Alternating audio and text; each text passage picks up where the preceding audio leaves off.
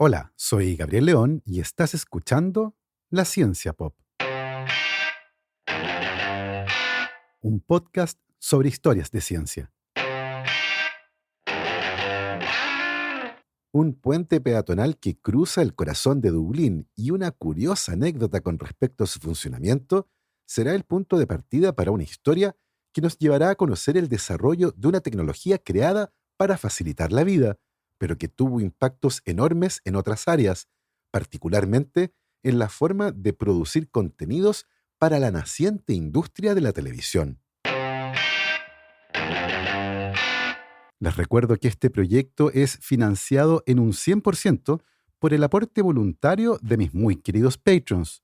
Si quieren apoyar este proyecto, lo pueden hacer en www.patreon.com/lascienciapop y ahí se pueden inscribir para hacer un aporte mensual y apoyar a la producción de este podcast.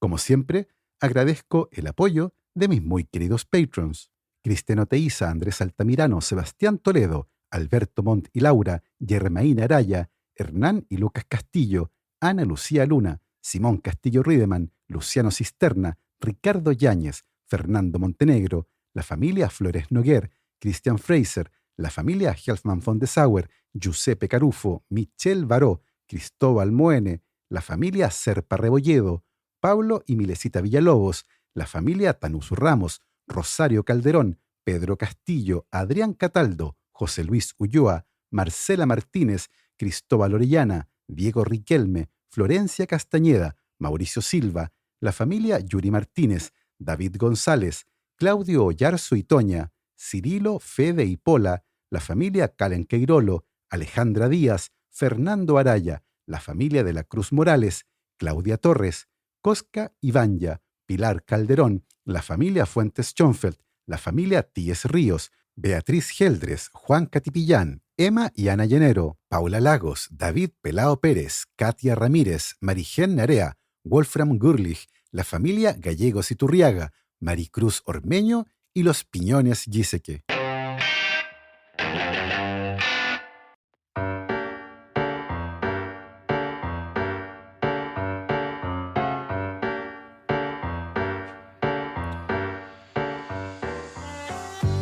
Sean O'Casey nació el 30 de marzo de 1880 en Dublín, Irlanda, en un momento de gran tensión política y social.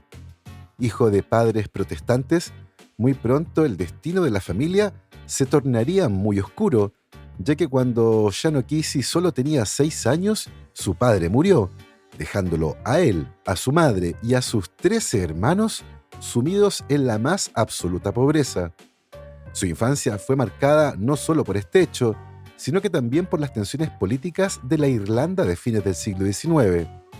A todo esto se sumó una enfermedad infecciosa que afectó profundamente a su vista, lo que le impidió asistir regularmente al colegio, y comenzó a trabajar desde muy joven. Sin embargo, se las arregló para aprender a leer y a escribir por su cuenta, mientras realizaba diferentes trabajos, muchos de ellos tremendamente exigentes desde el punto de vista físico. A pesar de todo esto, se convirtió en un destacado dramaturgo y autor, y es reconocido por sus importantes contribuciones al teatro moderno y su influencia en el movimiento del teatro irlandés.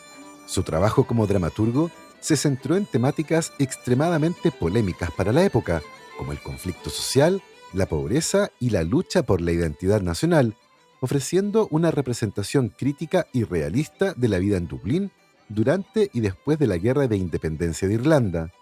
De hecho, O'Casey fue uno de los primeros dramaturgos en retratar la vida de los irlandeses comunes y corrientes de manera directa, profunda y cruda.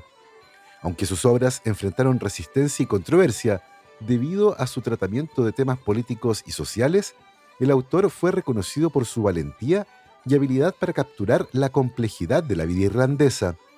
Además, desde muy joven, se había involucrado en movimientos políticos vinculados con los trabajadores y se había interesado en las raíces de la Irlanda clásica. Aprendió el gaélico, el idioma oficial de Irlanda antes de la conquista por parte de los ingleses en la Edad Media, y fue un fuerte promotor de la cultura tradicional irlandesa. Desafortunadamente para él, se terminó convirtiendo en una figura demasiado polémica y en la década de 1930 se mudó a Inglaterra debido a las controversias que sus obras habían generado en Irlanda. Pasó el resto de su vida en Londres, donde continuó escribiendo hasta su muerte en 1964. Su legado sigue siendo significativo en la literatura y el teatro irlandés, y su trabajo continúa siendo estudiado y representado en teatros de todo el mundo. Tal vez la forma más clara de acreditar el impacto que tuvo en la sociedad irlandesa, particularmente en la comunidad de Dublín, es el reconocimiento que su figura tuvo cuando el año 2005, una de las obras de ingeniería más importantes asociadas a la remodelación del casco histórico de la ciudad fue bautizada con su nombre. El puente peatonal Shin O'Keefe es una obra de ingeniería notable. Se extiende por 100 metros cruzando el río Liffey, el más importante de Dublín, y automáticamente se convirtió en un punto de referencia para los habitantes de la ciudad y también para los turistas.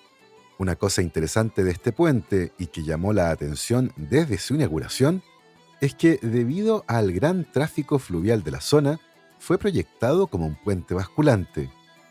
A diferencia de un puente levadizo, en el que la parte central de su estructura se levanta para permitir el paso de embarcaciones, un puente basculante usa una columna central vertical y dos en los extremos para hacer girar de manera horizontal 3 secciones del puente y dejar la estructura paralela al río, permitiendo de esta forma el paso de embarcaciones.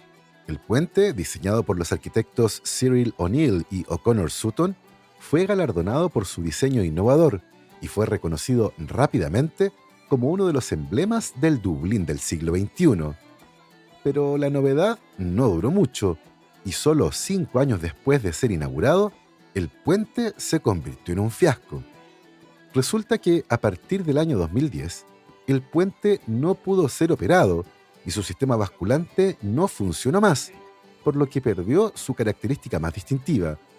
La parte más interesante y llamativa de esto es que el puente no dejó de operar por un desperfecto mecánico fatal o algún accidente, sino que por otra razón un tanto vergonzosa.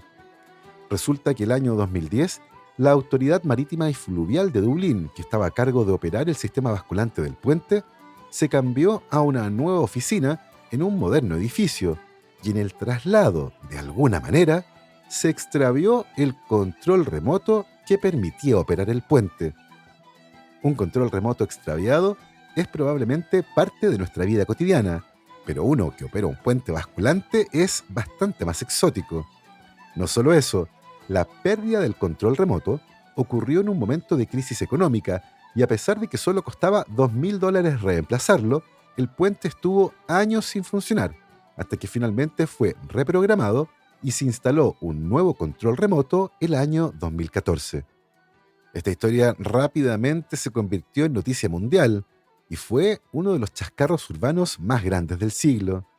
Independiente de eso, un control remoto perdido es ciertamente un problema, y de seguro muchos ni siquiera saben cómo hacer funcionar un televisor si no tienen el control remoto en sus manos. La historia de este dispositivo es fascinante y su introducción en la vida cotidiana no solo cambió nuestra forma de interactuar con la tecnología, sino que además tuvo un impacto profundo en la industria de la publicidad y el tipo de contenidos que la televisión comenzó a ofrecer cuando los telespectadores ya no tuvieron que levantarse de sus asientos para cambiar de canal. La historia del control remoto como concepto se remonta a finales del siglo XIX, cuando en 1898 Nikola Tesla, uno de los inventores más famosos de la historia, llevó a cabo una exhibición científica completamente revolucionaria en Nueva York. La exhibición consistió en un bote a escala pequeño, de un poco más de 1 metro de largo, que era controlado por señales de radio. Una cosa curiosa de este invento es que, si bien Tesla había solicitado la patente en 1897, esta solo fue concedida luego de la demostración, ya que los empleados de la Oficina de Patentes de Estados Unidos dudaban que las afirmaciones con respecto a una forma de controlar una embarcación usando solo ondas de radio fueran ciertas o incluso posibles. Evidentemente, luego de la exhibición, se le concedió la patente a Tesla, una vez que los empleados de la Oficina de Patentes se enfrentaron a un modelo funcional de la idea. La embarcación que usó Tesla llevaba varias baterías grandes a bordo. Las señales de radio controlaban interruptores que activaban el propulsor del bote, el timón y las luces de navegación. El concepto era simple, pero resultaba bastante difícil de lograr con los dispositivos existentes. Incluso registrar la llegada de un pulso de señal de radio ponía a prueba una tecnología que todavía era muy rudimentaria. Para esto, Tesla tuvo que inventar un nuevo tipo de interruptor activado por radio, esencialmente un cilindro con un poco de polvo de óxido metálico en su interior. El polvo se orientaba en presencia de un campo electromagnético, como las ondas de radio, y se volvía conductor. Si el cilindro se giraba después del paso del pulso, el polvo volvía a un estado aleatorio y no conductor, y por lo tanto el circuito quedaba abierto. Tesla diseñó todo de tal manera que cuando el interruptor condujera electricidad, iban a suceder varias cosas, siendo lo más importante que un disco con varios conjuntos de contactos organizados de manera diferente avanzara un paso. De esta manera, si los contactos habían estado conectados previamente a la combinación timón a la derecha, propulsor adelante completo, luz apagada, el siguiente paso podría combinar timón al centro, propulsor detenido, luces encendidas. El barco sería operado a distancia con la ayuda de unas pocas palancas, engranajes, resortes y motores. Un verdadero acto de magia. Ciertamente se trataba de un invento revolucionario, pero tenía varias limitaciones. La más evidente es que todas las acciones del barco debían estar previamente programadas y no era posible controlar al antojo lo que el barco iba a hacer. Otro problema es que el mundo en 1898 tenía poca comprensión o incluso necesidad para la brillante idea de Tesla. Una de las pocas áreas en las que las personas vislumbraron una aplicación práctica de esta idea era en el campo militar, y muy pronto varios imaginaron todo tipo de naves y armas guiadas por este ingenioso y temprano control remoto. Si bien la Marina de Estados Unidos financió algunas pruebas en 1916, la idea nunca prendió y la patente finalmente expiró sin que Tesla hubiera conseguido hacer cuajar su idea. El control por radio siguió siendo una novedad, un campo emocionante para los experimentadores y especialistas, pero con escasas aplicaciones prácticas hasta el inicio de la era espacial, cuando el lanzamiento de innumerables satélites comerciales y militares se llevó a cabo y todos ellos eran controlados usando las ideas del control remoto desarrolladas por Tesla. Al otro lado del Atlántico, el ingeniero e inventor español Leonardo Torres Quevedo dejó una huella significativa en el campo de la automatización y el control remoto. Su contribución más notable en esta área fue el desarrollo del telequino, un dispositivo que puede considerarse como uno de los primeros sistemas de control remoto por radio. Desarrollado en 1903, el telequino se situó en una época en la que la tecnología de control remoto estaba recién empezando a explorarse. Aunque Torres Quevedo no fue el primero en experimentar con esta tecnología, su invento fue uno de los más avanzados y funcionales de su tiempo.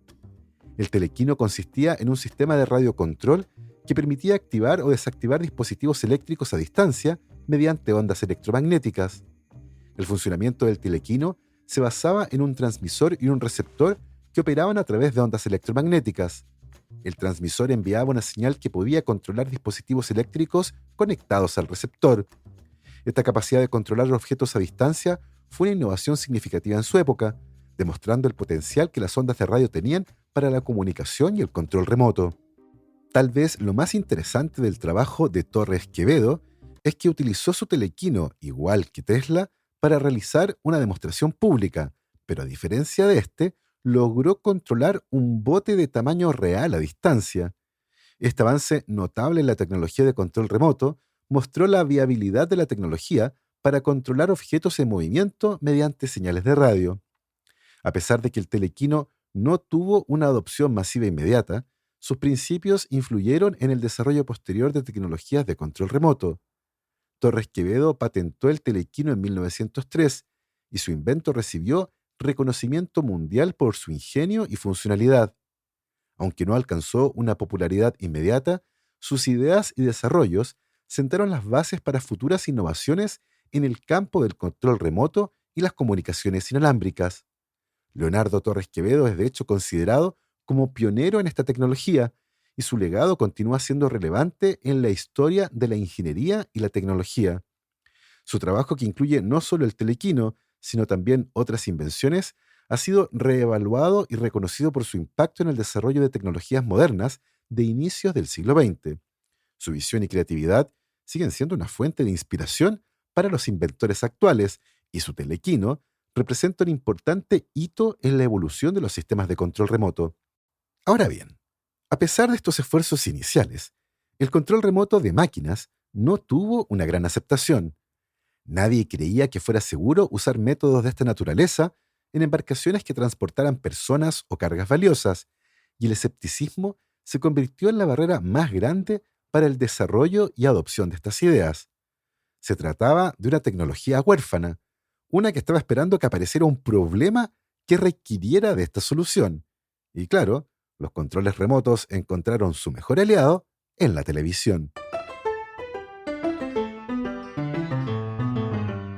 Cuando los aparatos de televisión comenzaron a inundar los hogares de todo el mundo, lo hicieron inicialmente con fuerza en Estados Unidos, luego de la Segunda Guerra Mundial.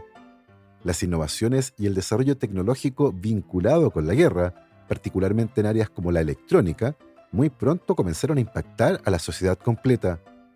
La televisión fue una de esas tecnologías que se benefició de tales avances.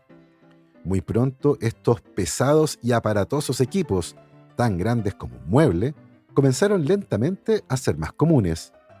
Evidentemente, al inicio no había mucho que ver.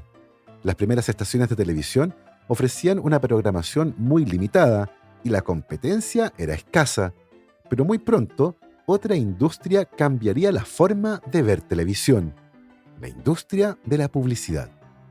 Resulta que la televisión era un medio ideal para vender todo lo que un estadounidense promedio que vivía en la década de 1950 podría desear. Los comerciales de televisión se convirtieron así en una de las formas más efectivas de vender algo, y también en una de las mejores formas de hacer enojar a los televidentes. Resulta que una de las estrategias que los anunciantes utilizaban para sus avisos en televisión era producir su contenido con un volumen más alto que el que se usaba en las transmisiones habituales. Eso era muy frustrante para muchos, ya que tenían que levantarse a bajar el volumen del aparato cada vez que comenzaban las tandas comerciales. Eso hasta el otoño de 1952, cuando un hombre que estaba viendo televisión con su familia escuchó a su esposa quejarse de lo molesto que eran los comerciales. ¿No habrá alguna forma de evitar todo este parloteo?, preguntó en voz alta. Su marido la quedó mirando y le dijo: claro que sí, dame 10 minutos. El hombre desarmó el aparato de televisión, desmontó el parlante y cortó uno de los cables. Lo extendió por 20 metros usando un rollo de cable que tenía en su casa y le puso un interruptor. Con el interruptor activado, el parlante funcionaba como siempre, pero en cuanto comenzaban los comerciales, el hombre apretaba el botón del interruptor y apagaba el parlante. La idea funcionó a la perfección y así nació el Blab-Off, el eliminador de parloteo, considerado por muchos como el primer control remoto fabricado para la televisión. Si bien usaba un cable y solo tenía una función, la función de mute o silenciar, el dispositivo era muy sencillo y además barato de fabricar. El hombre, que era un reconocido empresario, decidió fabricar el dispositivo y venderlo usando un seudónimo para no interferir con su negocio principal. El producto se vendía a solo $3 y funcionaba a la perfección en cualquier tipo de aparato de televisión. El gran golpe vino cuando la revista Reader's Digest, una de las más populares de Estados Unidos durante el siglo XX, hizo un reportaje sobre el Blab-Off. En cosa de días, vendió más de 50.000 unidades, pero nunca consiguió que su aparato fuera vendido en grandes tiendas. A poco andar decidió venderle la idea a 3 amigos, y lentamente el Blab-Off comenzó a enfrentar competencia de otros fabricantes que vieron una oportunidad enorme para meterse en un negocio que era muy sencillo: el de silenciar a los molestos comerciales. La empresa estadounidense Zenith fue una de las primeras en capitalizar la oportunidad, y a inicios de la década de 1950 sacaron su propia versión del Blab-Off, una que llamaron Lazy Bones, huesos perezosos. El dispositivo hacía exactamente lo mismo que el Blavov, es decir, era un botón de mute con cable, pero tenía un diseño más cuidado. Casi sin que nadie se diera cuenta, había nacido una alianza ideal: el control remoto y la televisión. Con la masificación de la tecnología, aumentó también la oferta de programas. Ahora había más cosas para ver y nadie quería perderse nada. Por otro lado, si bien un dispositivo conectado con un cable al televisor garantizaba que el control remoto no se iba a perder, todo el mundo estaba buscando una forma de poder hacer lo mismo, pero sin cables. Un control remoto que le diera completa libertad a los televidentes. Muy pronto los ingenieros de Zenith comenzaron a trabajar en un concepto sin cables que pudiera hacer más cosas que sencillamente bajarle el volumen al televisor. Así nació el Flashmatic. Este dispositivo era muy parecido a una linterna. Bueno, era de hecho básicamente una linterna, una que emitía pulsos de luz, los que debían ser apuntados a un receptor en el televisor. Usando diferentes pulsos de luz, se podía prender o apagar el aparato, bajarle el volumen e incluso cambiar de canal. Desafortunadamente, el sistema era muy sensible y propenso a interferencias por la luz del día, por lo que era práctico solo de noche. Debido a estas limitaciones técnicas, el dispositivo nunca fue particularmente popular y rápidamente fue desplazado por el producto más exitoso de Zenith por esa época, el Space Command. Yes, I'm going to walk all El that Space Command era un dispositivo muy ingenioso y fue desarrollado en 1956 por el ingeniero Robert Adler mientras trabajaba en Zenith. Por supuesto, no tenía cables, ni por dentro ni por fuera. No usaba baterías y era completamente mecánico. Era un sistema que se basaba en una botonera con un diseño de vanguardia, tanto que parecía algo sacado de alguna película de ciencia ficción. Cada botón accionaba un pequeño martillo que golpeaba un cilindro sólido de aluminio que tenía un largo variable y que emitía un sonido de muy alta frecuencia, inaudible para los humanos. En el televisor, un receptor decodificaba la señal de audio y cada frecuencia en la botonera tenía asignada una función. Si bien el sonido que controlaba el aparato era inaudible, la botonera hacía un sonido muy especial cuando se presionaban los botones. Por esta razón, el dispositivo se hizo conocido como clicker y hasta nuestros días, muchos estadounidenses le dicen así al control remoto. El Space Command era una maravilla mecánica y como no usaba baterías, era extremadamente conveniente. Además, no solo no tenía cables, sino que no era necesario apuntarlo directamente al televisor para que funcionara. Ciertamente, el sistema no era perfecto. A veces, el sonido de un llavero o de una moneda que caía al suelo podía cambiar el canal al emitir una frecuencia similar a la del clicker, y algunos usuarios se quejaron de que el sonido de alta frecuencia era muy incómodo para sus perros, que lo podían oír. Con todo, el Space Command se convirtió durante 25 años en el amo y señor de los controles remotos. Tal vez lo más interesante del desarrollo de esta tecnología que permitía a los usuarios navegar por los canales de televisión y sobre todo evitar los molestos anuncios comerciales es que paradójicamente le dio un impulso a la industria de la publicidad en televisión. En lugar de desalentar a las empresas a hacer publicidad en televisión, el control remoto las obligó a ser innovadoras y a producir comerciales que fueran tanto o más atractivos que el programa que los televidentes estaban viendo.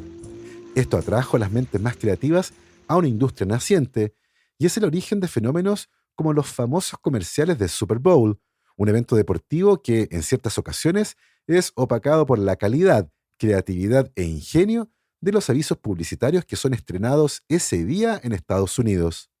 Si bien el clicker fue amo y señor en los hogares de todo el mundo por casi 25 años, a fines de la década de 1970, irrumpió otra tecnología que muy pronto lo dejó obsoleto: los controles remotos infrarrojos.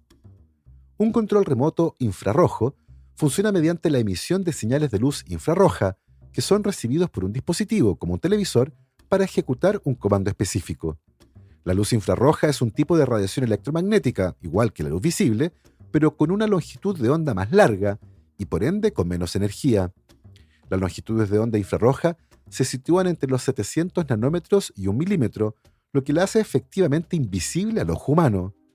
Aunque nosotros no podemos ver la luz infrarroja, muchos dispositivos electrónicos, como cámaras infrarrojas o receptores infrarrojos, pueden detectarla. En el caso de los controles remotos, se utiliza un LED que emite esta luz en una frecuencia muy específica, típicamente alrededor de los 940 nanómetros, para enviar señales a los dispositivos. Cuando presionamos un botón en un control remoto infrarrojo, se genera una señal codificada que se transmite como una serie de pulsos de luz infrarroja. Estos pulsos están modulados, es decir, se emiten a una frecuencia específica que alterna entre encendido y apagado a una velocidad determinada, comúnmente 38 kHz. La modulación es crucial porque permite al receptor del dispositivo distinguir la señal del ruido de fondo, como la luz del sol o la iluminación artificial, que también pueden contener componentes de luz infrarroja. Por otro lado, la codificación de la señal se realiza a través de un esquema binario, en el que cada botón del control remoto corresponde a una serie de ceros y unos. Por ejemplo, al presionar el botón de volumen, el control remoto podría generar una secuencia específica como 010101. Esta secuencia de bits se traduce en una serie de pulsos de luz infrarroja que representan al comando. El receptor en el dispositivo, como un televisor, detecta estos pulsos y decodifica la señal usando un microprocesador. El microprocesador interpreta la secuencia como un comando específico, como subir volumen o cambiar de canal. Así, cada botón del control remoto tiene una secuencia única, lo que permite al dispositivo distinguir entre diferentes comandos. Los controles remotos basados en luz infrarroja tenían grandes ventajas por sobre el Space Command.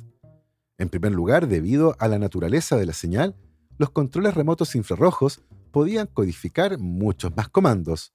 Los telespectadores ahora podían no solo bajarle el volumen al televisor o cambiar de canal, podían ingresar comandos específicos para ir a un canal en particular o controlar otros dispositivos conectados al televisor, como una videograbadora o equipo de sonido. Esto tuvo un impacto enorme en la forma de ver televisión y vio nacer a un tipo particular de televidente, ese que estaba todo el tiempo sentado frente al televisor, inmóvil y haciendo zapping sin realmente ver nada. El impacto del sedentarismo asociado a conductas de esta naturaleza ha sido enorme. Si antes las personas al menos tenían que ponerse de pie y caminar un par de metros para controlar su televisor, los controles remotos han permitido hoy manejar casi todos los aspectos del funcionamiento de nuestros modernos hogares desde la comodidad de nuestros sillones. Sin lugar a dudas, los controles remotos basados en luz infrarroja fueron un gran avance tecnológico en comparación con los sistemas mecánicos, pero estaban lejos de ser perfectos, sobre todo cuando comenzaron a aparecer. Inicialmente, algunos consumidores se quejaron de las interferencias que se producían, las que podían ocurrir cuando había otras fuentes de luz infrarroja en el ambiente, como el sol, lámparas incandescentes o dispositivos que emiten señales infrarrojas, como cámaras de seguridad o mandos a distancia de otros dispositivos.